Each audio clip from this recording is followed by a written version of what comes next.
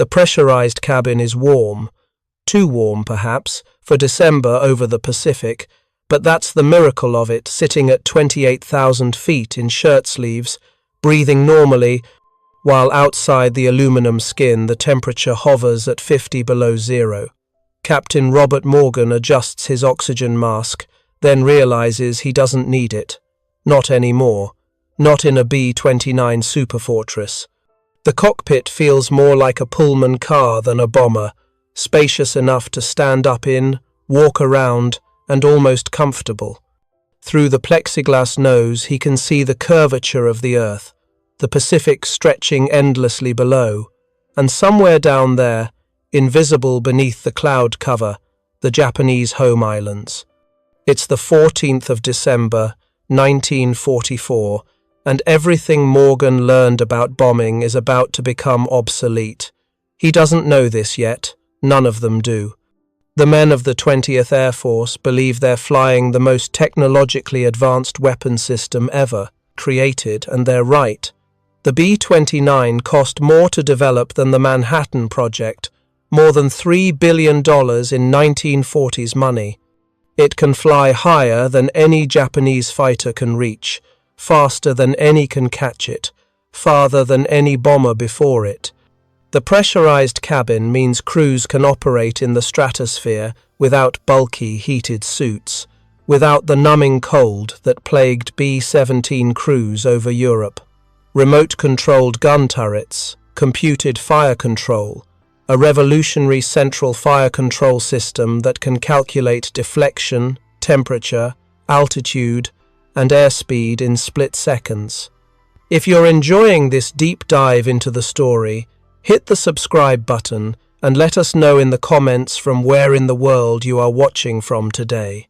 This is supposed to be how modern war works. You fly so high the enemy can't touch you. You bomb with precision from the thin air of the stratosphere, where the physics of flight barely work, where only the most advanced aircraft dare to operate. You return safely to base because altitude equals invulnerability. That's what they learned at MacDill Field in Florida, at Walker Army Airfield in Kansas, at every training base across the American heartland. High altitude, precision bombing, technological superiority. But here's what the training didn't tell them. High altitude doesn't work over Japan. The problem isn't the Japanese defenses, it's the jet stream. At 30,000 feet over Japan, winds blow at 140 miles per hour, sometimes faster. A river of air so powerful it tears bomber formations apart like paper in a hurricane.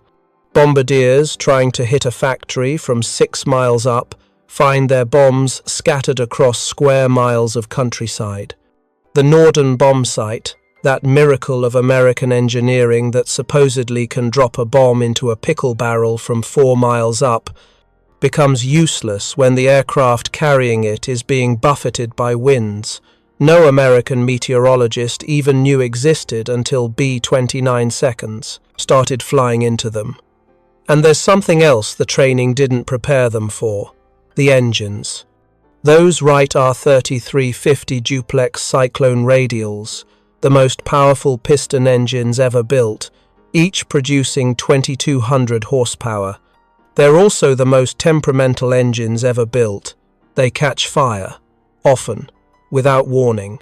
The magnesium alloy engine blocks burn so hot that standard fire suppression systems barely slow them down.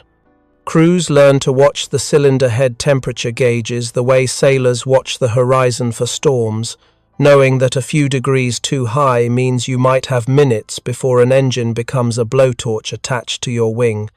Captain Morgan has seen it happen. 3 weeks ago, a B-29 from the 498th Bombardment Group lost an engine to fire over Tokyo. The crew got the fire out, limped back toward Saipan on 3 engines, then lost another to fire over the ocean. They ditched. The pressurized fuselage, so comfortable at altitude, becomes a death trap in water. It sinks fast. 6 of the 11 crew members drowned before rescue aircraft could reach them. So the high-altitude bombing campaign sputters along through the winter of 1944 into early 1945, mission after mission that cost lives and aircraft for results that barely justify the fuel burned. The 21st Bomber Command, operating from Saipan, Tinian, and Guam in the Marianas, flies formation after formation into the teeth of the jet stream, drops tons of high-explosive bombs that miss their targets by miles, and watches as crews fail to return. Not because Japanese fighters shoot them down, though some do, but because engines fail, or fires break out, or structural stress from the high-altitude buffeting causes catastrophic failures. The loss rate runs about 5% per mission. Not catastrophic by the standards of the 8th Air Force over Germany, but deeply troubling for an aircraft that was supposed to be nearly invulnerable. And the results are negligible. Japan's war production continues. The factories keep running, the supplies keep moving. In January of 1945, a new commander arrived in the Marianas. Major General Curtis LeMay, 38 years old, already a legend from his time commanding bomber groups over Europe. LeMay has a face like a bulldog and a reputation for results. He doesn't care about doctrine, he doesn't care about what the manuals say. He cares about destroying Japan's ability to make war, and he's willing to try anything that works. For 2 months, LeMay watches the high-altitude campaign fail. He studies intelligence reports. He reads the mission debriefs. He understands what his crews are up against the jet stream that scatters formations, the weather that obscures targets, the engine failures that kill more crews than enemy action, and he understands something else, something the planners back in Washington don't want to acknowledge. Precision bombing isn't working because Japan doesn't have precision targets worth bombing.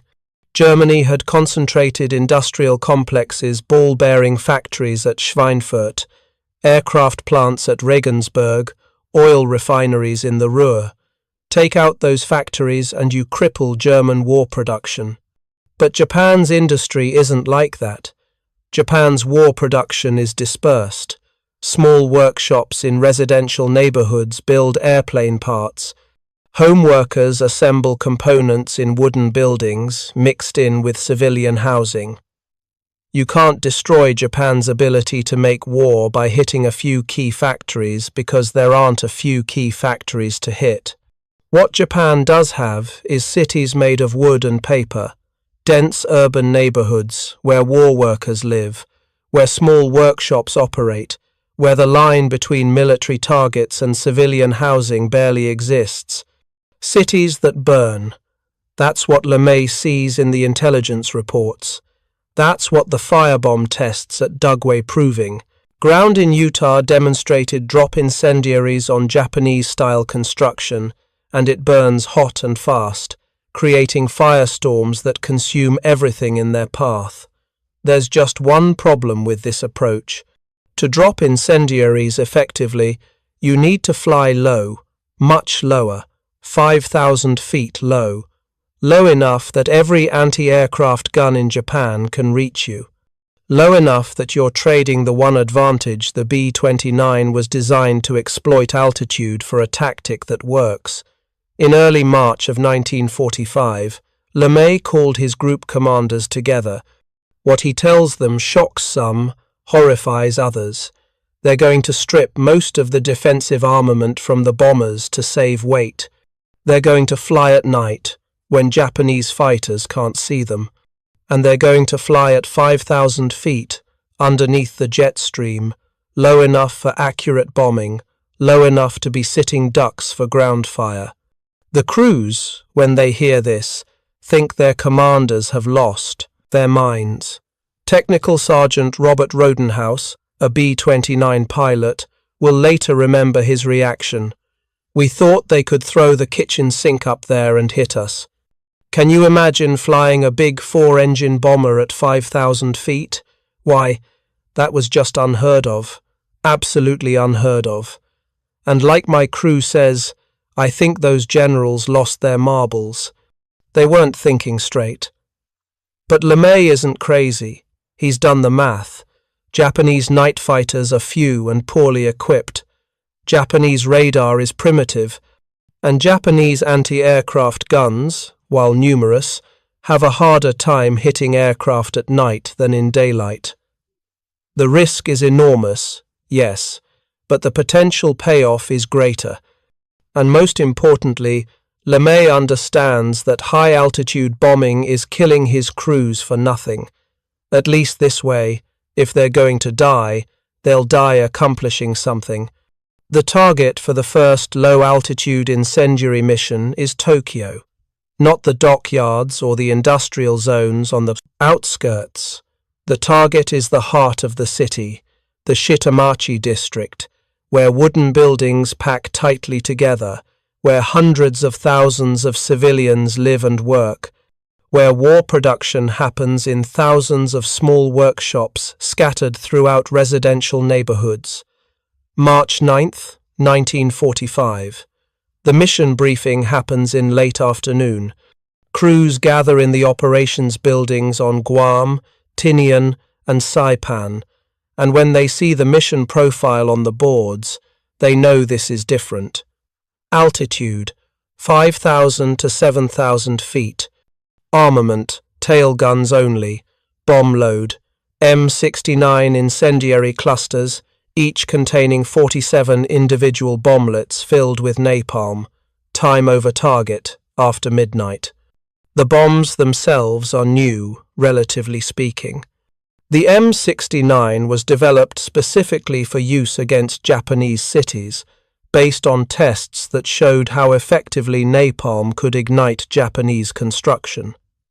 Each incendiary cluster weighs about 500 pounds and breaks apart in the air, scattering the individual bomblets across a wide area. When they hit, they burst into flames, sticky, clinging flame that can't be extinguished with water, that burns at temperatures high enough to melt steel, that sets everything it touches ablaze. The B-29 seconds begin taking off just after sunset. 334 aircraft from the 73rd, 313th, and 314th Bombardment Wings, the largest single raid the 20th Air Force has yet mounted. They take off in darkness, one after another, each loaded with 7 tons of incendiaries, stripped of most of their defensive guns, committed to a tactic that seems to violate everything they learned about strategic bombing. Captain Morgan's aircraft is among them. The takeoff is different without the weight of the defensive armament. The bomber feels lighter, more responsive, almost eager. But as they climb out over the Pacific, heading northwest toward Japan, Morgan keeps thinking about that. 5,000-foot altitude. In a B-29, 5,000 feet feels wrong. It feels exposed. This aircraft was designed to operate in the stratosphere, where the air is thin and enemy fighters struggle to reach you. Flying it at 5,000 feet is like taking a racehorse and hitching it to a plow. The flight north takes hours. They fly in darkness, individual aircraft rather than tight formations, each crew alone with their thoughts. The pressurized cabin, that marvel of engineering, seems almost absurd now. Why bother with pressurization when you're flying low enough that you could open a window without passing out? But there's no time to modify the aircraft further. The cabin stays pressurized, the crews stay comfortable, and outside, the Pacific slides past in the darkness. They cross the Japanese coast just after midnight on March 10th. The weather is clear, unusual for this time of year. Tokyo spreads below them, darker than it should be. The city is under blackout restrictions, trying to hide from bombers. But the Pathfinder aircraft have already arrived, dropping their loads of M47 incendiaries mixed with colored marker bombs to outline the target area. From 5,000 feet, the crews can see the fires starting, small at first, scattered points of orange light in the darkness. Then the main force arrives. Wave after wave of B-29 seconds, each dropping its load of incendiaries across the Shitamachi district. The bomblets scatter as they fall, spreading across blocks of wooden buildings, and when they hit, they ignite. Within minutes, the scattered fires begin to merge. Within half an hour, individual fires have become conflagrations. Within an hour, the conflagrations have become a firestorm. A firestorm is not simply a large fire. It's a meteorological event, a fire so hot and so large that it creates its own weather system. The superheated air rises rapidly, creating a powerful updraft. Cool air rushes in from the sides to replace it, creating winds of gale force that feed more oxygen to the flames. The temperature at the center can reach 1800 degrees Fahrenheit. Nothing survives it. Nothing can. The crews see it developing from their cockpits. They see the fires spreading, merging, growing brighter and brighter until it seems impossible that anything could burn that hot. They smell it too, even at 5,000 feet. Even inside the pressurized cabins, the smell of burning wood, burning paper, burning flesh seeps in. Some crew members vomit, some pray. Some just watch, transfixed by the horror of what they're creating. The heat from the firestorm becomes so intense that aircraft flying through it are tossed around like toys. Turbulence from the thermal columns throws bombers hundreds of feet up or down in seconds. Some aircraft flip upside down. Some lose pieces of their tail surfaces, melted or torn away by the superheated air. The bomber stream continues for nearly 3 hours, aircraft after, aircraft adding their loads to the inferno below, and by the end of it, 16 square miles of Tokyo are burning. On the ground, the reality is beyond description. The Shitamachi district was one of the most densely populated areas on Earth, home to somewhere between 1 million and 1.5 million people living in wooden houses, packed so tightly together that many streets were barely wide enough for 2 people to pass. When the incendiaries began to fall, people tried to flee, but the fires spread faster than anyone could run. The winds created by the firestorm reached speeds of 50 to 60 miles per hour, strong enough to knock people off their feet, strong enough to drag people back toward the flames.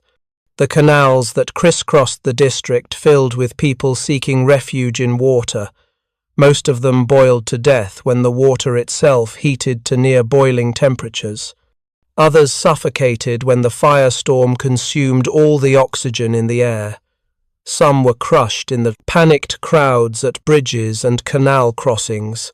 Many simply burned where they stood, unable to outrun the flames. By dawn on March 10th, the firestorm had burned itself out. What remained was a landscape that resembled the surface of the moon, flat, grey, lifeless. Aerial photographs taken the next day showed vast stretches of Tokyo reduced to ash. The wooden buildings had burned so completely that they left almost nothing behind. Here and there, the concrete shells of larger buildings still stood, gutted by fire. The rest was simply gone. The death toll will never be precisely known. Japanese records were incomplete, and many victims were cremated so completely by the firestorm that they left no remains to count. Conservative estimates place the number of dead at 80,000. More likely estimates reach 100,000. Some Japanese sources claim the toll exceeded 120,000. In a single night, more people died in Tokyo than would later die in the atomic bombing of Hiroshima. If you find this story engaging, please take a moment to subscribe and enable notifications. It helps us continue producing in-depth content like this. The B-29 seconds return to their bases in the Marianas as the sun rises.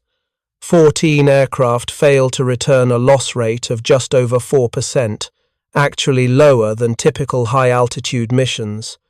The crews are exhausted, shaken, some traumatized by what they've seen. But by any military measure, the mission is an overwhelming success. Tokyo's industrial capacity in the targeted districts has been effectively destroyed. More importantly, the tactic works. Low-altitude incendiary attacks can destroy Japanese cities. LeMay doesn't hesitate. Over the next 10 days, he ordered similar missions against Nagoya, Osaka, and Kobe. The pattern repeats: night attacks at low altitude, massive incendiary loads, firestorms that consume square miles of urban area. By March 19th, the major industrial cities of Japan have been subjected to devastation on a scale unprecedented in human history. And still, LeMay pushes forward. The psychological effect on Japan is enormous. Japanese civil defense had prepared for bombing. They'd practiced evacuations, set up firefighting equipment, trained citizens to fight fires. But nothing prepared them for this. You can't fight a firestorm. You can only flee from it, and even that often fails. The psychological impact of knowing that any night might bring the B-29 seconds, that no defense can stop them, that your wooden house might become kindling for an inferno. This terror is as effective as the physical destruction.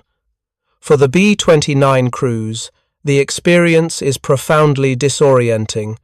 They trained for precision bombing, for surgical strikes against military targets. They trained to fly so high that the people below would be invisible, abstract, not quite real. Now they're flying low enough to see the people running from the flames. They're dropping incendiaries designed specifically to set cities on fire, designed to kill civilians along with war workers, designed to destroy indiscriminately. Some crews struggle with this. The moral weight of it becomes unbearable for some men. They signed up to bomb factories and military installations, not to burn people alive in their homes. But the military necessity argument is powerful.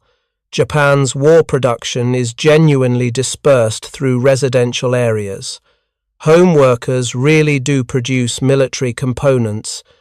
Small workshops really do contribute to Japan's ability to continue fighting. And every day the war continues. Americans die in the Pacific, die in kamikaze attacks, die fighting on islands like Iwo Jima and soon Okinawa.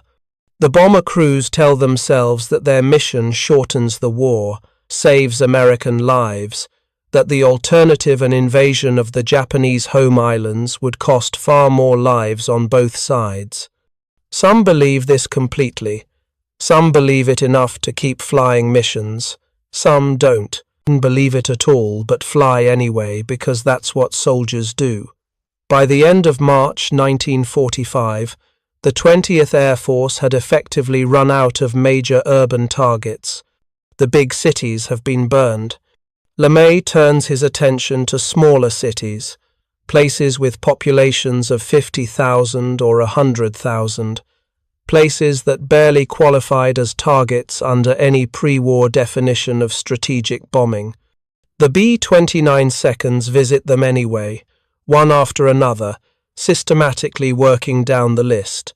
The irony is inescapable. The most technologically advanced bomber ever built, designed to operate at altitudes where human beings shouldn't be able to survive without pressure suits, designed with pressurized cabins and computed fire control and remote gun turrets. This marvel of engineering achieves its greatest success by flying low and slow, stripped of its defensive armament, dropping primitive incendiary bombs that work through brute force rather than precision. Everything the B-29 was, designed to be fast, high-flying, untouchable, becomes irrelevant. The pressurized cabin that cost millions to develop and added thousands of pounds to the aircraft's weight, useless at 5,000 feet. The remote-controlled gun turrets, with their advanced fire control computers, removed to save weight. the ability to fly above 40,000 feet, never used operationally after the switch to low-altitude tactics. What the B-29 becomes instead is a delivery truck for incendiaries, a platform for area bombing, a tool for the systematic destruction of Japanese cities. It's effective, terribly effective, but not in the way anyone planned. The aircraft that was supposed to represent the pinnacle of precision warfare became the instrument of the most indiscriminate bombing campaign in history. The human cost of this transformation extends beyond the Japanese cities. The B-29 crews themselves pay a price that statistics don't fully capture.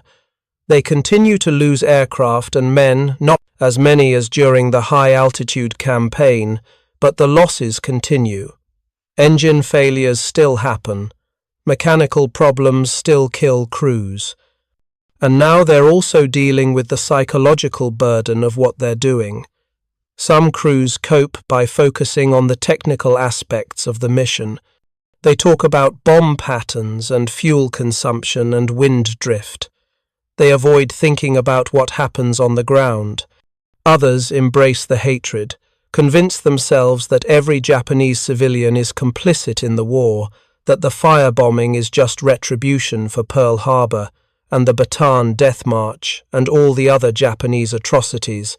Some simply shut down emotionally, doing their jobs mechanically, refusing to think about it at all. Technical Sergeant Chester Marshall, a radio operator on a B-29 out of Tinian, will later describe flying over burning cities. "You could smell it. That's what got me. Even at our altitude, even inside the aircraft, you could smell the burning, sweet and terrible at the same time. And you knew what it was. You knew exactly what was burning. There's no forgetting that smell." By May of 1945, Japan's urban landscape had been fundamentally altered. Over 60 cities have been subjected to incendiary attacks. Millions of people have been made homeless. Industrial production has collapsed in many areas, not because factories were precisely targeted, but because the workers have nowhere to live, because the supply chains have been disrupted, because the infrastructure that supports manufacturing has been burned away. The statistics are staggering. By the end of the war, B-29 incendiary attacks will have destroyed approximately 180 square miles of Japanese urban area. The death toll from the firebombing campaign is estimated at somewhere between 300,000 and 500,000 people, more than the atomic bombs at Hiroshima and Nagasaki combined.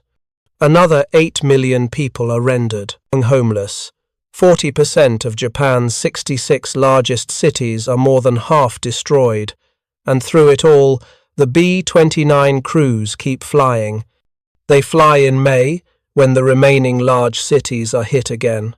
They fly in June, when targets become increasingly difficult to find because so much has already been destroyed. They fly in July, when the list of unbombed cities becomes so short that the Air Force begins warning cities in advance, dropping leaflets that name the next targets, psychological warfare mixed with genuine humanitarian concern. The warnings are real. Leaflets dropped on Japanese cities list names of places scheduled for attack, urging civilians to evacuate. Some do. Many can't. They have nowhere to go, no way to transport their possessions, no guarantee that wherever they flee won't be bombed next. The warnings serve a dual purpose. They might save some civilian lives, and they absolutely terrorize the entire population, because now everyone knows the bombers are coming, and no one can do anything to stop them. In late July, the nature of the campaign shifted slightly. The B-29 seconds begin mining Japanese harbors and inland waters, using their precision to lay minefields that strangle what remains of Japan's shipping. They also begin practicing a new type of mission, individual aircraft flying at high altitude, carrying special ordnance. Only a handful of crew members know what this new mission is about. The rest of the 20th Air Force continues the firebombing campaign, burning through the list of secondary and tertiary targets. On August 6, 1945, a single B-29 named Enola Gay dropped an atomic bomb on Hiroshima. 3 days later, another B-29 named Boxcar drops a second atomic bomb on Nagasaki. These missions received all the attention, becoming the defining moments of the B-29's war, the events that supposedly forced Japan's surrender. But by the time those atomic bombs fell, the conventional firebombing campaign had already destroyed more Japanese cities, killed more Japanese civilians, and done more damage to Japan's ability to continue fighting than the two atomic strikes combined. The atomic bombs were militarily significant, primarily because they demonstrated that the United States could now destroy entire cities with single aircraft, single bombs, without warning, without defense. But Japan had already experienced the destruction of cities. They'd already experienced attacks they couldn't defend against. The atomic bombs added a new dimension of horror, instant obliteration, radiation sickness, the promise of even worse to come, but the pattern of urban destruction was already well established. Japan surrendered on August 15, 1945. The reasons are complex. The atomic bombs, the Soviet declaration of war, the strangling naval blockade, the complete collapse of Japan's strategic position. But the firebombing campaign, the sustained destruction of Japanese cities by B-29 seconds, flying low and slow with loads of incendiaries, is certainly among those reasons. The campaign demonstrated that Japan could be destroyed piecemeal, city by city, until nothing remained but ash and rubble. For the B-29 crews, victory brings a complicated mix of emotions.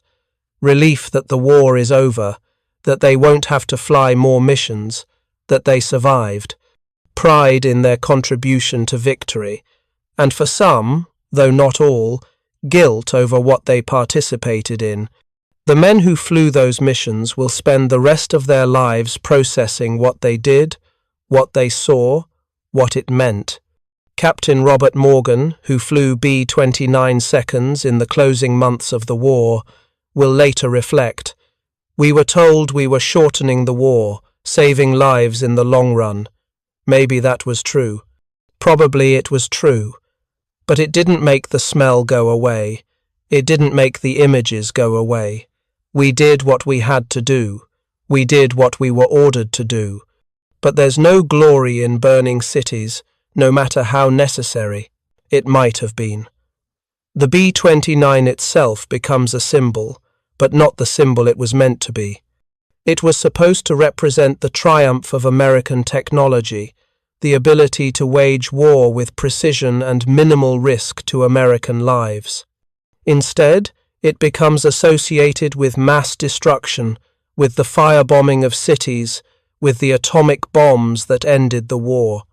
The aircraft's technological marvels, its pressurized cabin, its high-altitude capability, its advanced fire control, all become footnotes to the reality of how it was actually used. After the war, the Army Air Forces commissioned studies of the strategic bombing campaign.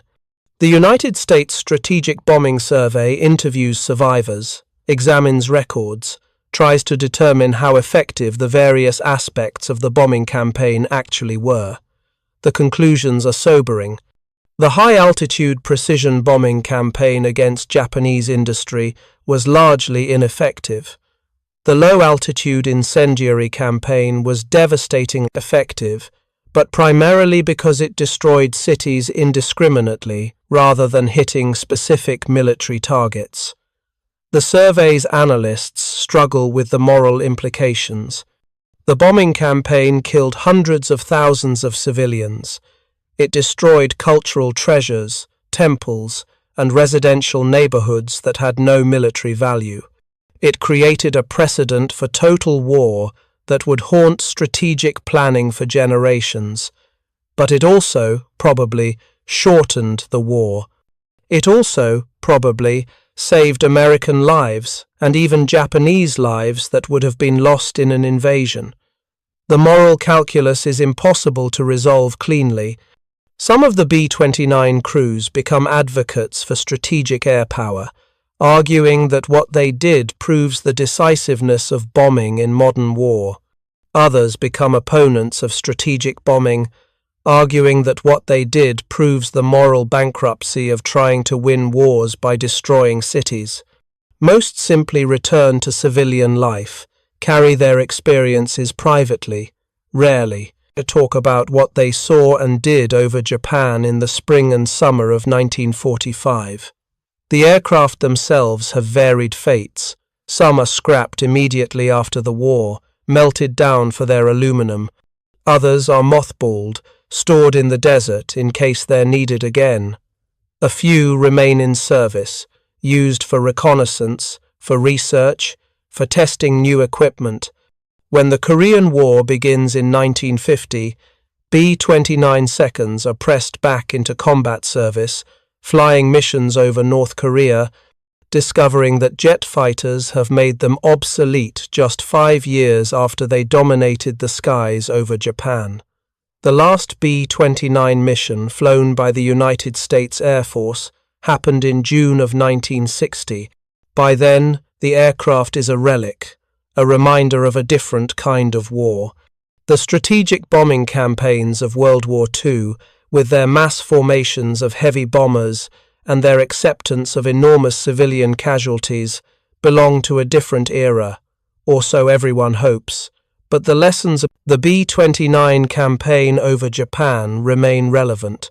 The tension between technological capability and actual use persists. The moral questions about attacking civilian populations, about the relationship between military necessity and ethical warfare, about whether the ends justify the means, these questions don't disappear just because the war ended. If anything, they become more urgent in an age of even more destructive weapons.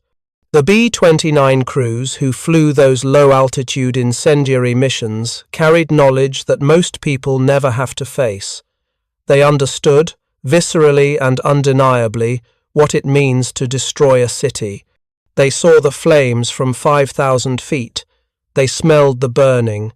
They knew that every ton of incendiaries they dropped meant death for people below, death by fire, death by suffocation, death by being crushed in panicked crowds trying to escape an inferno. Some of them made peace with this knowledge, some never did. But all of them lived with the irony that the most advanced bomber ever built, the aircraft that represented the cutting edge of American technological prowess, achieved its greatest success by abandoning everything it was designed to do. The pressurized cabin sat unused at low altitude. The high-altitude capability became irrelevant. The precision bombing doctrine gave way to area attacks with primitive incendiaries. In the end, the B-29 over Japan became a testament not to the triumph of technology, but to the primacy of effectiveness over elegance. It didn't matter that the aircraft was designed for one kind of mission if a completely different kind of mission worked better. It didn't matter that crews had trained for high-altitude precision bombing if low-altitude incendiary attacks achieved results. What mattered was winning the war, and the B-29 did that, but not in any way that matched its intended purpose. The men who flew those missions understood this better than anyone. They'd trained in the most sophisticated bomber in the world, learned to operate its complex systems, and mastered the art of high-altitude formation flying. Then they'd stripped out the defensive armament, flown low and slow into the teeth of Japanese defenses, and dropped napalm on cities until those cities ceased to exist. The disconnect between what they'd prepared for and what they actually did defined their war. Years later, decades later, some of those men would visit Japan. They'd walk through Tokyo, through Osaka, through cities that had been rebuilt from ash and rubble into modern metropolises. They'd meet Japanese people who remembered the firebombing, who'd survived the flames, who'd lost family members in the inferno. These encounters were invariably difficult, emotionally wrenching, impossible to neatly resolve. Because, what do you say?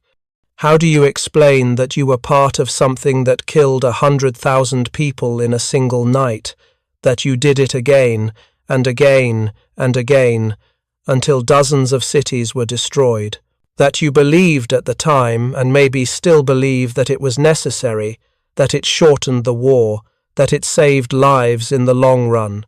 These truths coexist uneasily, without resolution, without redemption that satisfies everyone. The B-29 that flew those missions, that elegant and sophisticated aircraft with its pressurized cabin and remote-controlled turrets, carried more than just incendiaries. It carried the weight of a new kind of warfare, a warfare where technology advanced faster than ethics could keep pace, where the line between military and civilian targets blurred into irrelevance, where strategic necessity demanded tactics that violated every pre-war conception of how civilized nations should fight. The crews in those pressurized cabins, comfortable at 5,000 feet, where comfort was never the point, understood that they were participating in something unprecedented. Whether they saw it as necessary or abhorrent or some complicated mixture of both, they knew. They were part of a campaign that would be studied, debated, condemned, and justified for generations. They knew that what they were doing would define how the world understood strategic bombing and would shape the ethics of warfare for decades to come. And they knew, perhaps most importantly, that all the sophisticated technology that made the B-29 such a marvel, the pressurization, the altitude capability, the computed fire control had ultimately mattered less than simple effectiveness. The war wasn't won by flying higher or faster or more precisely. It was won by burning cities until Japan had nothing left to fight with. That was the truth. The B-29 crews carried home from the Pacific, the truth they lived with for the rest of their lives. The most advanced bomber in the world succeeded by becoming a simple tool of destruction. The comfortable pressurized cabin at 30,000 feet gave way to low-altitude terror. The precision doctrine collapsed into area bombing. And in that collapse, in that transformation from technological marvel to instrument of mass destruction, lies the story of the B-29 over Japan. A story not of triumph, but of terrible effectiveness, not of progress, but of what humans will do to win wars. Thank you for reading. For more detailed historical breakdowns, check out the other videos on your screen now, and don't forget to subscribe. The morning of October 14th, 1943, 26,000 feet above Schweinfurt, Germany. Inside the cockpit of a B-17 flying fortress named Mizpah, First Lieutenant William R. Lawley III checked his watch. It was 10:23 in the morning. In exactly 7 minutes, his fighter escort would run out of fuel and turn back toward England. He knew this because everyone knew this. The Germans knew it, the British knew it. Every pilot in the 320 bomber formations stretching across the cold German sky knew it. The P-47 Thunderbolts had maybe 250 miles of combat radius on a good day with drop tanks. They'd pushed it to the absolute limit today, but the mathematics of fuel and distance were immutable. At 10:30, the escorts would waggle their wings in farewell and bank away toward home, and the bombers would continue alone into the heart of the Reich. This was not a secret. This was the iron law that governed the air war over Europe in the autumn of 1943. American bombers could reach any target in Germany. American fighters could not. 7 minutes. Lawley scanned the sky. The thunderbolts were still there, silver crosses against the white clouds, weaving above the bomber stream. He'd flown 21 missions. He knew what came after the fighters left. First, the silence on the radio. Then, the small dark shapes appeared at 11 o'clock high. Then the rolling, slashing attacks, Focke-Wulf 190 fighters coming in from the sun at 400 miles per hour, their 20mm cannons already firing. The bomber crews called it the Gauntlet. The Luftwaffe had a different name, Brennpunkt, the burning point, the exact geographical coordinate where the American escorts ran out of fuel, the place where German fighter controllers stacked their interceptors in deadly patient layers, waiting.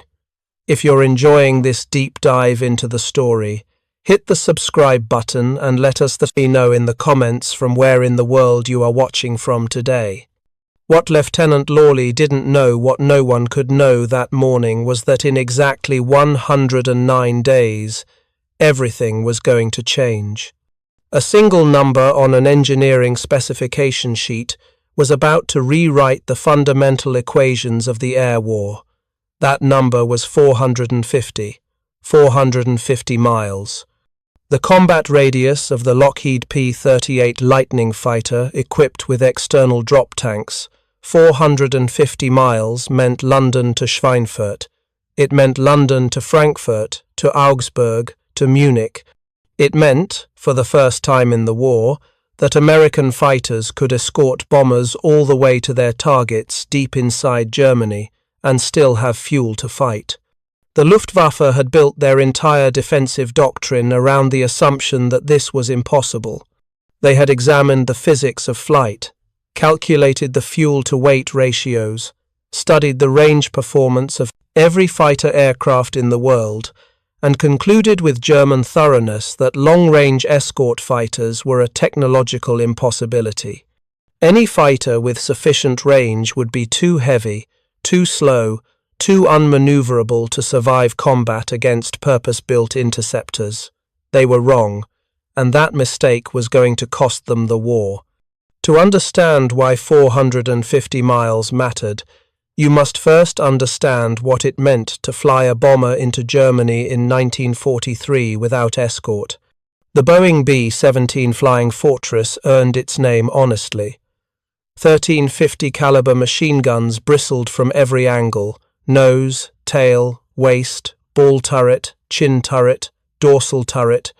The official doctrine, promoted in training films and technical manuals distributed throughout the 8th Air Force, stated that properly flown bomber formations were virtually impregnable to fighter attack. Place 20 or 30 B-17 seconds in a tight defensive box, and the overlapping fields of fire would create a wall of lead that no enemy fighter could penetrate. This was the theory. The theory was taught at gunnery schools in Texas and Florida.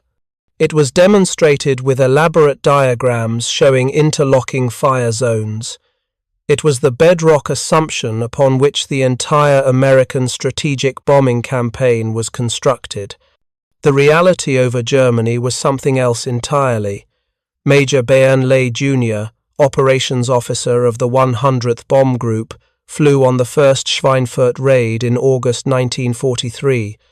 His account, published in the Saturday Evening Post under the title "I Saw Regensburg Destroyed," described what defensive firepower actually meant against determined, experienced fighter pilots. A B-17 ahead of us in the formation burst into flames. No parachutes. The plane fell away in a slow, flat spin, pieces breaking off. Another fortress began to trail smoke from 2 engines.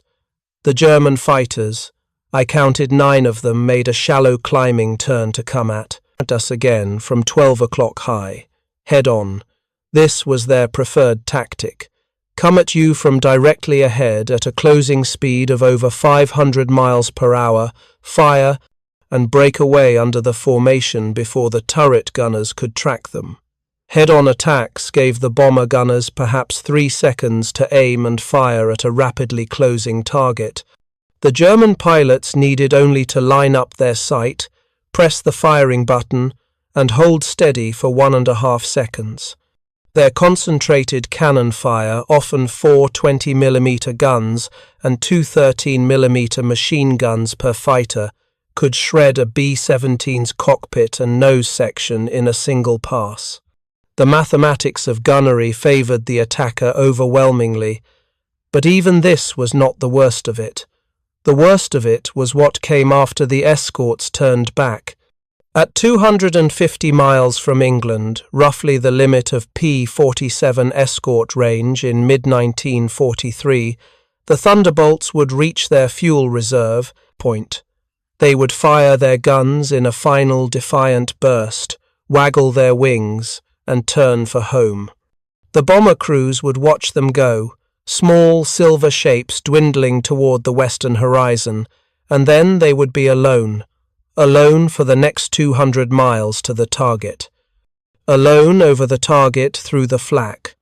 Alone for the 200-mile journey back to the point where, if they were lucky, fresh fighter escorts might meet them for the final leg home. 400 miles without fighter protection. 4 hours and 30 minutes of flight time through German-controlled airspace.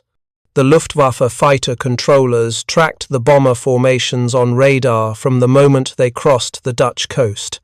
They could calculate speed, heading, and probable target.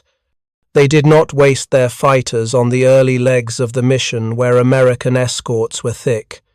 Instead, they stacked their fighters at precise altitudes and locations along the bomber route, concentrating them at the Brennpunkt, the point where the escorts departed.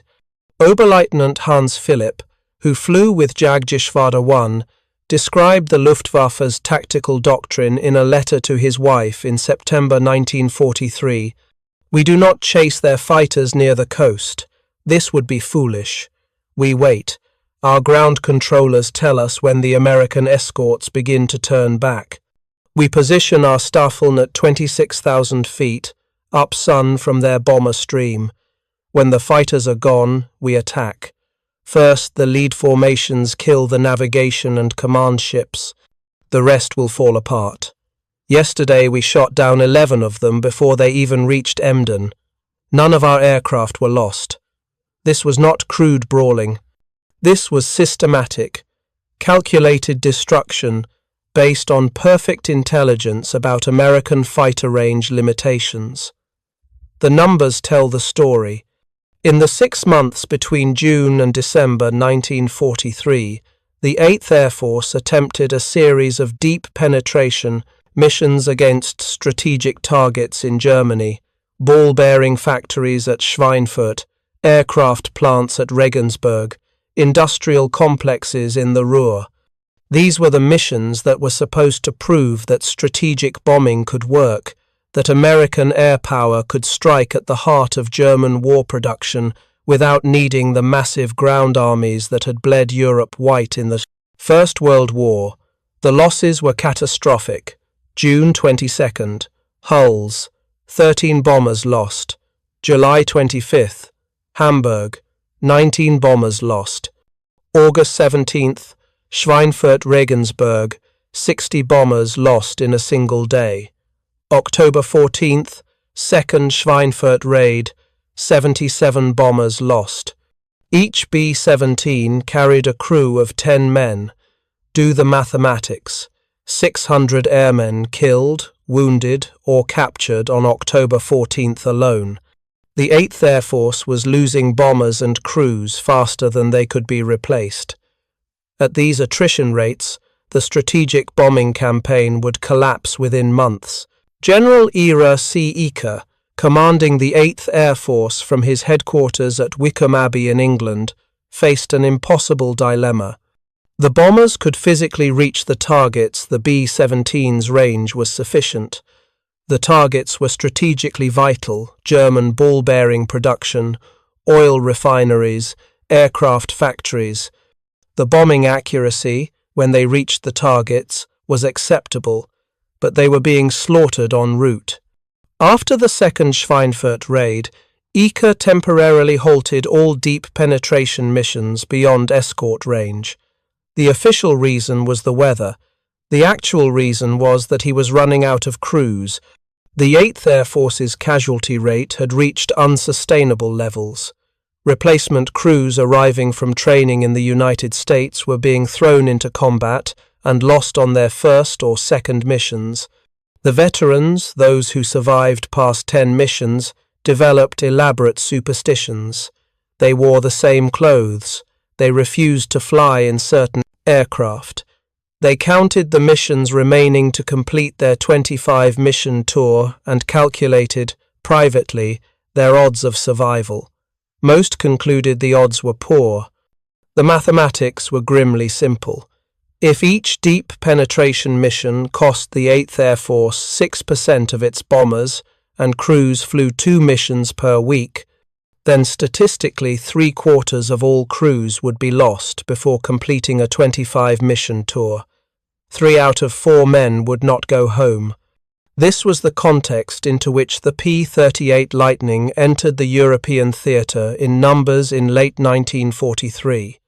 This was the crisis that 450 miles of combat radius was about to solve. The Lockheed P-38 Lightning was an aeronautical anomaly. In a sky full of sleek, single-engine fighters, the P-47 Thunderbolt, the P-51 Mustang, the British Spitfire, the German Messerschmitt Bf-109, and Focke-Wulf 190, the Lightning looked like nothing else. Twin engines, twin booms, a central nacelle containing the cockpit and armament. When Luftwaffe pilots first encountered it, they called it der Gabelschwanz-Teufel, the fork-tailed devil. The P-38's twin-boom design was not an aesthetic choice. It was a solution to a specific engineering problem: how to mount heavy armament in the nose of a fighter while still achieving long range and high performance. Conventional single-engine fighters mounted their guns either in the wings or firing through the propeller hub, using synchronization gear that timed the bullets to pass between the spinning propeller blades. Both solutions had drawbacks. Wing-mounted guns had convergence problems. The bullet streams from left and right wings only converged at a specific distance, making gunnery difficult. Firing through the propeller hub limited the size and number of weapons. The P-38's design eliminated both problems. The engines were in the booms, leaving the entire nose of the central nacelle free for weapons. A P-38 carried one 20mm cannon and 4 50 caliber machine guns, all firing straight ahead with no convergence issues. This concentration of firepower, combined with the aircraft's high speed and excellent visibility from the greenhouse cockpit, made it a formidable gun platform. But the P-38's real advantage was range. A single-engine fighter carries its fuel in the fuselage or wings, competing for space with the engine, pilot, ammunition, and structure. The P-38's twin-boom configuration allowed for large fuel tanks in the wings and center section. With internal fuel only, a P-38 had a combat radius of approximately 400 miles. Add external drop tanks, either 150 or 300-gallon tanks carried under the wings, and the radius extended to 450 miles or more. 450 miles. The number appears simple on a specification sheet. In practice, over the geography of Western Europe, it was revolutionary. From Debden, England, one of the main 8th Air Force fighter bases, to Schweinfurt, Germany, 430 miles, to Frankfurt, 420 miles, to Stuttgart, 470 miles, to Munich, 500 miles. For the first time, American fighters could reach the major industrial targets deep in southern Germany. They could escort the bombers all the way to the target, remain over the target area, and escort them home. The Brennpunkt would cease to exist if the P-38 seconds worked. The Lockheed P-38 was not new to combat in late 1943. The aircraft had been operational since 1941. P-38 seconds flew in North Africa with the 12th Air Force. They flew in the Pacific with the 5th and 13th Air Forces. In April 1943, P-38 seconds from the 339th Fighter Squadron flew one of the longest fighter intercept missions in history, shooting down Admiral Yamamoto's transport aircraft over Bougainville, a round trip of nearly 1,000 miles. So why weren't they escorting bombers over Europe in the summer of 1943? The answer was production, allocation, and teething problems. Lockheed's Burbank factory could not produce P-38 seconds fast enough to meet demand from every theatre. The Mediterranean and Pacific theatres received priority because conditions, their longer ranges, fewer advanced enemy fighters, warmer weather played to the P-38's strengths. The European theatre, with its cold, high-altitude combat environment, exposed the Lightning's weaknesses. The P-38's Allison V1700 engines were not equipped with cockpit heaters in early models. Pilots flying at 25,000 feet over Germany in winter suffered frostbite on their hands and feet. The engines themselves were prone to failure in the extreme cold. The intercoolers would ice up, oil would congeal, engines would seize. More seriously, the early P-38 seconds suffered from compressibility problems in high-speed dives, a phenomenon where the aircraft approached the speed of sound and lost control effectiveness. German pilots learned that they could escape a pursuing P-38 by diving steeply. The Lightning pilot would either have to break off the pursuit or risk losing control. These were not trivial problems. In a combat environment where German fighters regularly dived away from combat at terminal velocity, an aircraft that couldn't follow was at a severe disadvantage. But Lockheed engineers were working on the problems. The P-38J model, which began reaching England in quantity in October 1943, incorporated improved intercoolers, better cockpit heating, and most importantly, dive flaps, hydraulically operated flaps on the lower surface of the wing that allowed the pilot to maintain control in high-speed dives. The P-38J could match or exceed the performance of the German Bf-109 and FW-190 in most flight regimes, and it could do it 450 miles from base. The 55th Fighter Group was the first unit in the 8th Air Force to operate P-38 seconds over Germany.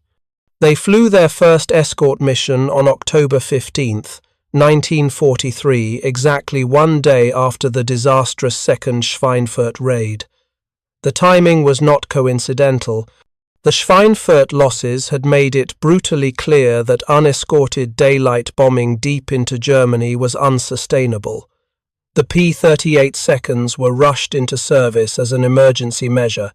The Luftwaffe was about to discover what 450 miles meant in practice.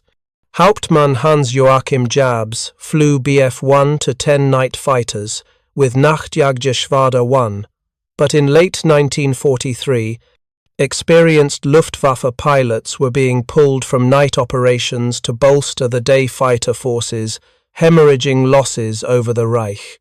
On November 3, 1943, Jabs found himself at the controls of a Bf-109 G6, climbing through broken clouds over Wilhelmshaven to intercept an American bomber formation. The tactical situation was familiar. The radar stations at Heligoland had tracked a large formation of American bombers, perhaps 200 aircraft proceeding inland from the North Sea. Ground control calculated their heading and speed. The target appeared to be Wilhelmshaven itself, or possibly Bremen. German fighters from 3 Jagdgeschwader were vectored to intercept. Standard procedure: let them come inland. Avoid combat with the escorts near the coast. Wait for the Brennpunkt.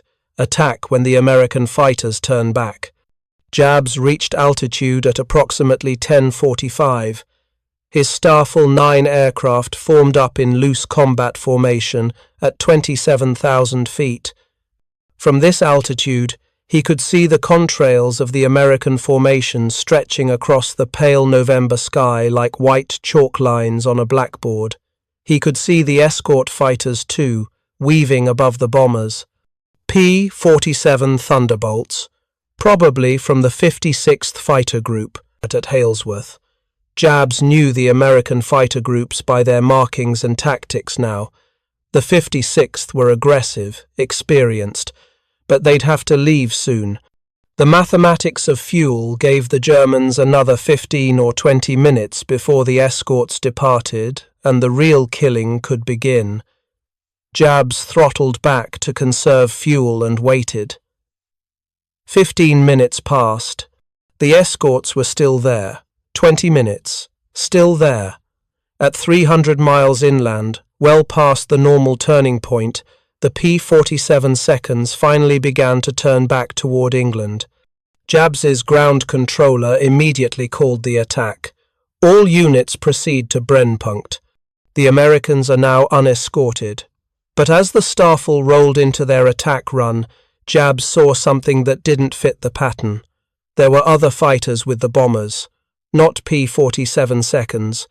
These were twin-boomed, twin-engine aircraft, P-38 Lightnings. The Luftwaffe intelligence officers had briefed them on the P-38. A few had been encountered over France and the Low Countries in previous weeks. They were fast at high altitude, faster than a Bf-109 by 20 or 30 miles per hour up where the bombers flew. They were heavily armed, but they were uncommon in the European theatre. Most P-38 seconds were in the Pacific or North Africa. What were they doing here, 300 miles from England? Jabs keyed his radio. P-38 seconds, with the bomber stream, 26,000 feet, multiple contacts. The response from ground control was confusion. P-38 seconds didn't have the range to be here. They should have turned back with the Thunderbolts. But they hadn't turned back. They were maintaining position with the bombers, and as Jabs's Starfall approached for their attack run, the Lightnings turned into them. The tactical situation had changed.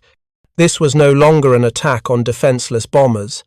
This was a fighter versus fighter engagement, and the P-38 seconds had altitude, position, and most critically, they still had fuel. The Germans did not. Jabs's Starfall had climbed to altitude, maneuvered into position, and burned fuel waiting for the escorts to leave. They had perhaps 30 minutes of combat fuel remaining, enough for 1 or 2 aggressive attack runs before they'd need to break off and return to base.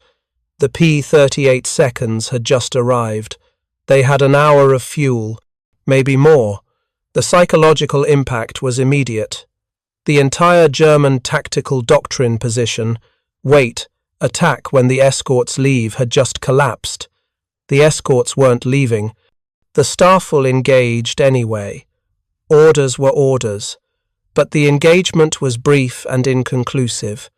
2 Bf-109s were damaged. 1 P-38 went down trailing smoke, whether from ground fire or air combat was unclear. The bombers continued to their target, dropped their bombs, and turned for home. The Lightnings stayed with them. At 350 miles from England, the P-38 seconds were still there.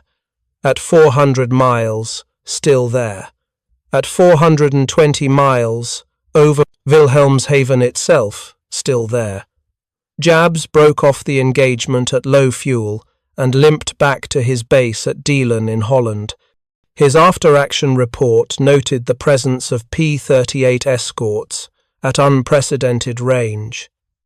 That night, Luftwaffe intelligence officers pored over performance specifications for the P-38 Lightning. With internal fuel, 400-mile radius, with external drop tanks, 450 miles, possibly more. The numbers were accurate, which meant the fundamental assumption underlying German air defense doctrine that American fighters could not escort bombers deep into Germany was no longer valid. If you find this story engaging, please take a moment to subscribe and enable notifications. It helps us continue producing in-depth content like this. The implications rippled through the Luftwaffe command structure over the following weeks like a seismic shock. If American fighters could reach Wilhelmshaven, they could reach Bremen. If Bremen, then Hanover. If Hanover, then Brunswick and Magdeburg, and Berlin itself. Every major industrial target in northern Germany was now within P-38 escort radius from England. Southern Germany, Munich, Augsburg, Regensburg remained beyond range. But even this was temporary. Intelligence reports indicated that the Americans were building airfields in southern Italy. P-38 seconds operating from Foggia could reach southern Germany and Austria. The escort umbrella was expanding. Reichsmarschall Hermann Göring, commander of the Luftwaffe, responded with characteristic bluster when briefed on the P-38 threat. According to General Adolf Galland, who commanded the Luftwaffe fighter forces, Göring refused to believe that American fighters could escort bombers deep into Germany. Göring stated categorically that the P-38 did not have sufficient range to reach central Germany. When I showed him the intelligence reports and specifications, he accused the pilots of cowardice. He said they were inventing the presence of escort fighters as an excuse for their failure to destroy the bombers. It was impossible, he claimed, to build a fighter with both long range and competitive performance. But the German pilots knew better.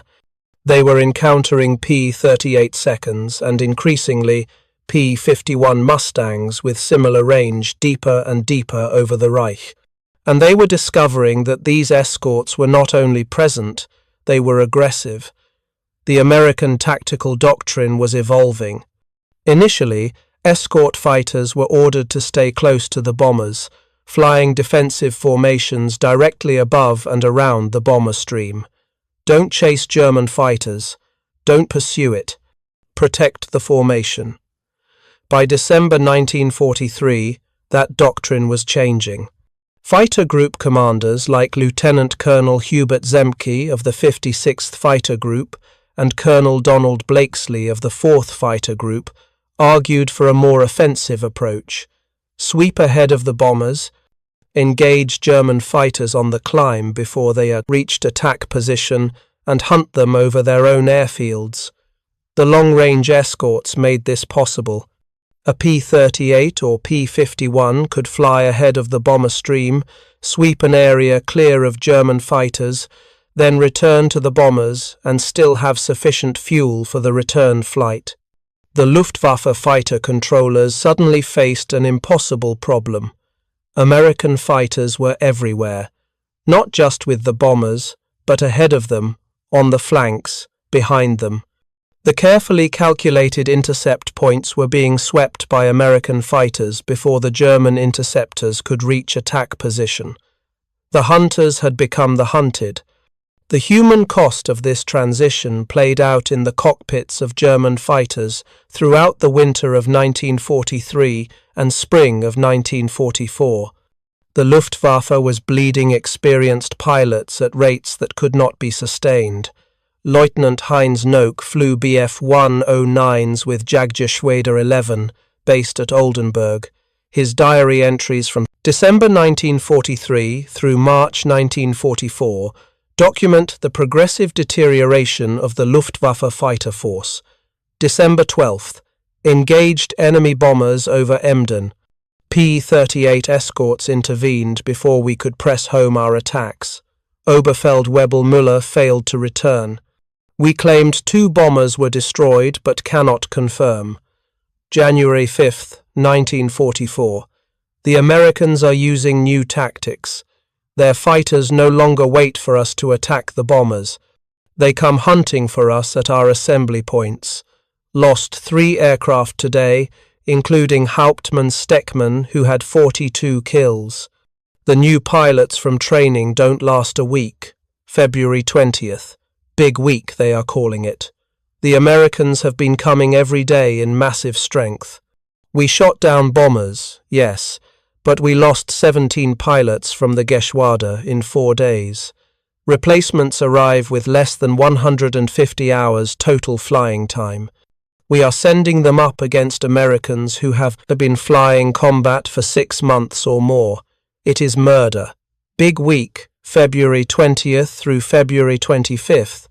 1944 marked the point where the long-range escort fighters shifted the balance of attrition decisively against Germany. The 8th Air Force launched massive raids against German aircraft production facilities. The Luftwaffe responded in strength, throwing up every available fighter to defend their aircraft factories. The Americans were waiting for them with P-38 Lightnings and P-51 Mustangs at full strength, flying top cover for the bombers. The ensuing air battles were the largest of the war in Europe. Over 2,500 American heavy bombers participated. Over 1,000 German fighters responded. In 6 days, the Luftwaffe lost over 450 fighters and pilots. Many were shot down by the bombers' defensive fire, but the majority fell to American escort fighters that now ranged freely across Germany. German training bases, already struggling with fuel shortages, could not replace these losses. The average training time for new German fighter pilots dropped from 240 hours in 1942 to under 150 hours by mid-1944. The Americans, by contrast, were getting stronger. New fighter groups arrived in England. The P-51 Mustang, with range even greater than the P-38, became the dominant American escort fighter. Production of both aircraft ramped up throughout 1944. The mathematics were brutal and irrevocable. The Luftwaffe was losing more fighters each month than German industry could produce. The pool of experienced pilots was being exhausted. Replacements were being thrown into combat with minimal training and were dying in their first engagements. Johannes Steinhoff, one of Germany's most successful fighter pilots with over 150 victories, described the situation in early 1944. "We were not defeated in the air by better aircraft or better pilots, though by 1944 the Americans had both. We were defeated by mathematics. They could be everywhere over the targets, over our bases, over our training fields. We had to defend hundreds of miles of airspace with shrinking numbers. They could choose when and where to fight. We had no choice. We had to come up and defend, and when we came up, they were waiting with fuel to spare." The strategic consequences of the long-range escort fighter extended far beyond air superiority over Germany. The P-38 and P-51's 450-mile combat radius created cascading failures throughout the German war economy and military structure. Consider German oil production.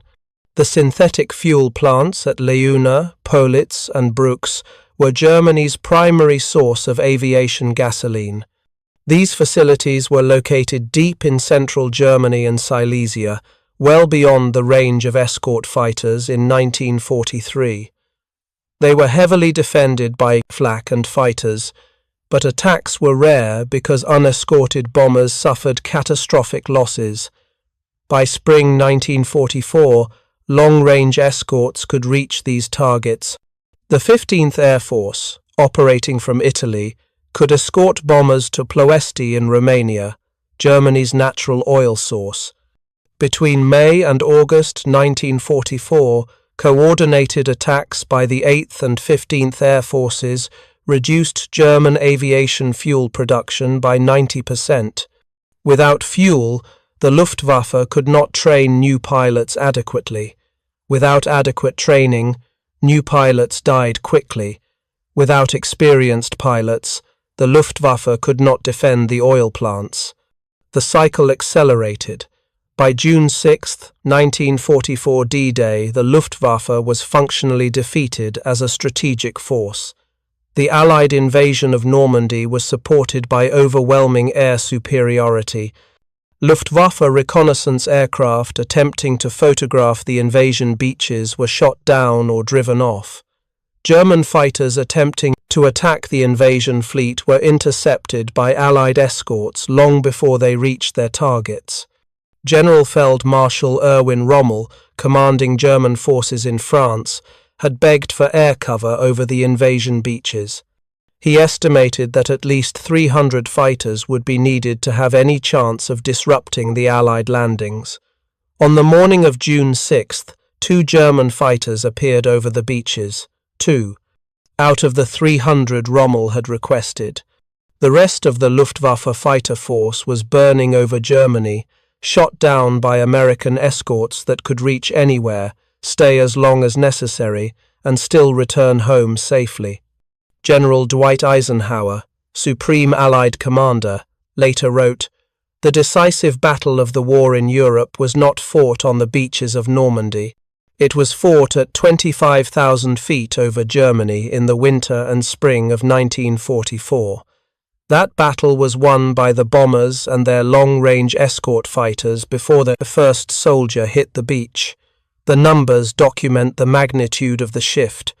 In the 6 months before long-range escorts became operational, June through November 1943, the 8th Air Force lost 438 bombers in combat.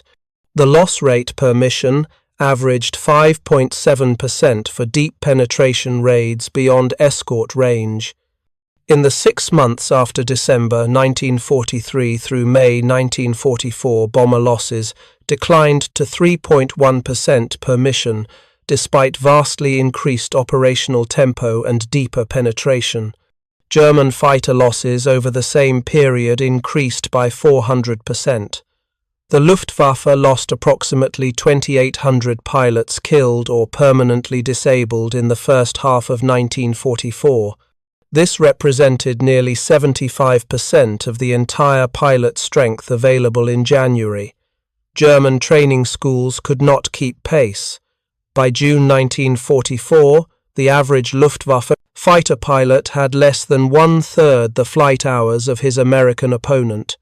Major General Curtis LeMay, commanding the 3rd Air Division of the 8th Air Force, analyzed the impact of escort fighters in a post-war interview.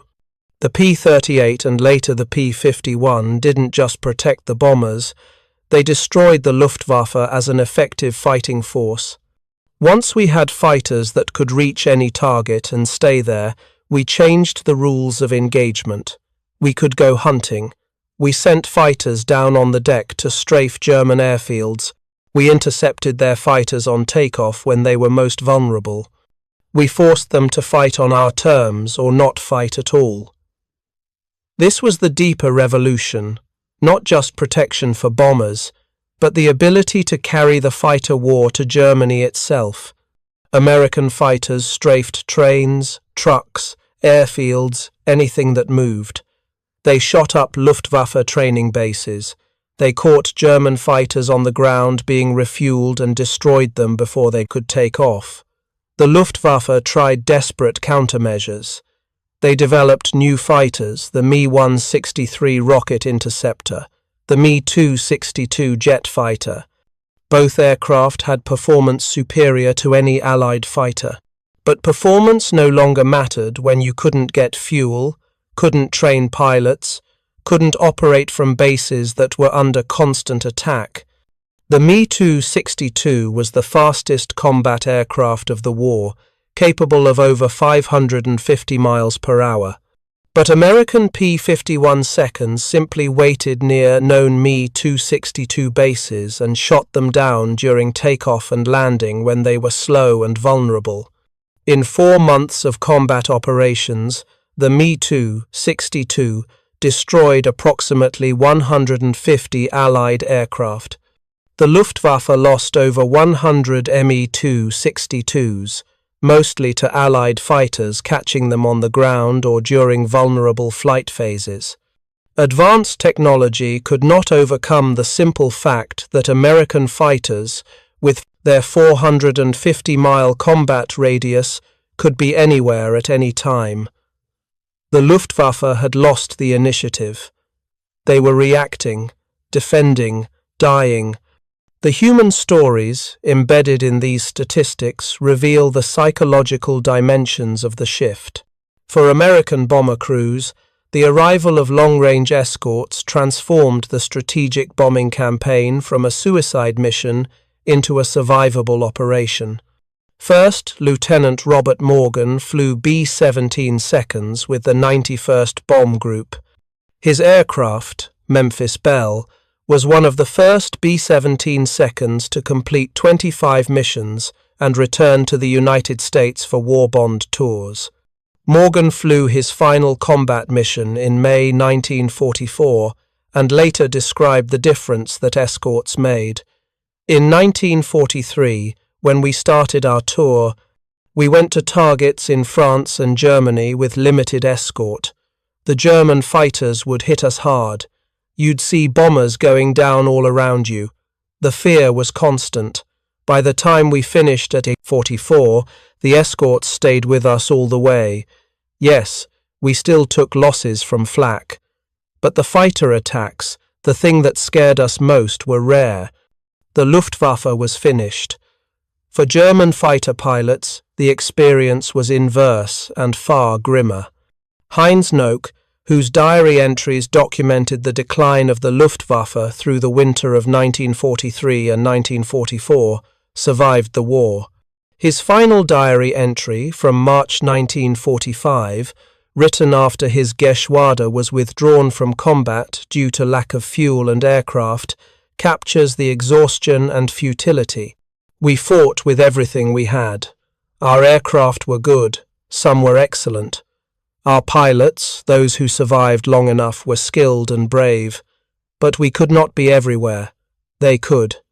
Their fighters had fuel to hunt us over our own bases, to catch us landing, to strafe us on the ground. We lost the war, not in battles, but in the cumulative mathematics of attrition. The psychological impact extended beyond individual experiences to shape post-war understanding of air power. The lesson that emerged from the European air war was clear. Bomber formations, no matter how heavily armed, required fighter escort to survive against determined opposition.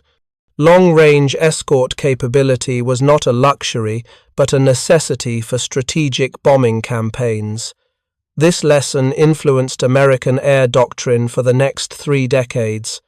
During the Vietnam War, the United States would deploy fighter escorts for every bomber mission over North Vietnam, despite possessing overwhelming numerical and technological superiority. The memory of Schweinfurt and Regensburg, of bomber formations torn apart by unescorted penetration of defended airspace, remained visceral.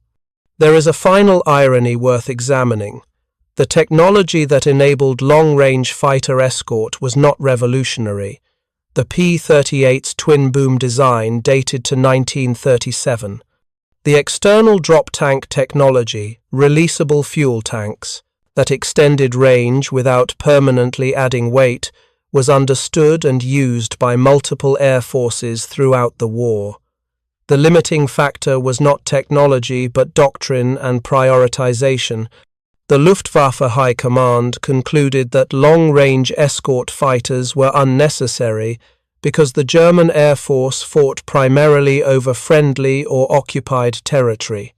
German bombers attacking Britain in 1940 operated from bases in occupied France, just across the English Channel. They didn't need escorts with 450-mile range. They needed escorts with 100-mile range. When Germany found itself fighting defensively over its own territory in 1943, it was too late to develop and deploy long-range fighters in quantity. The German twin-engine fighters, like the Bf 1-10 and Me 4-10, were designed for other roles, and lacked the performance to survive against American single-engine fighters. The Americans, conversely, began the war with the understanding that they would need to project air power over vast distances across the Pacific, across the Atlantic, deep into enemy territory. The P-38's design emerged from a 1937 Army Air Corps specification calling for an interceptor with long range and heavy armament.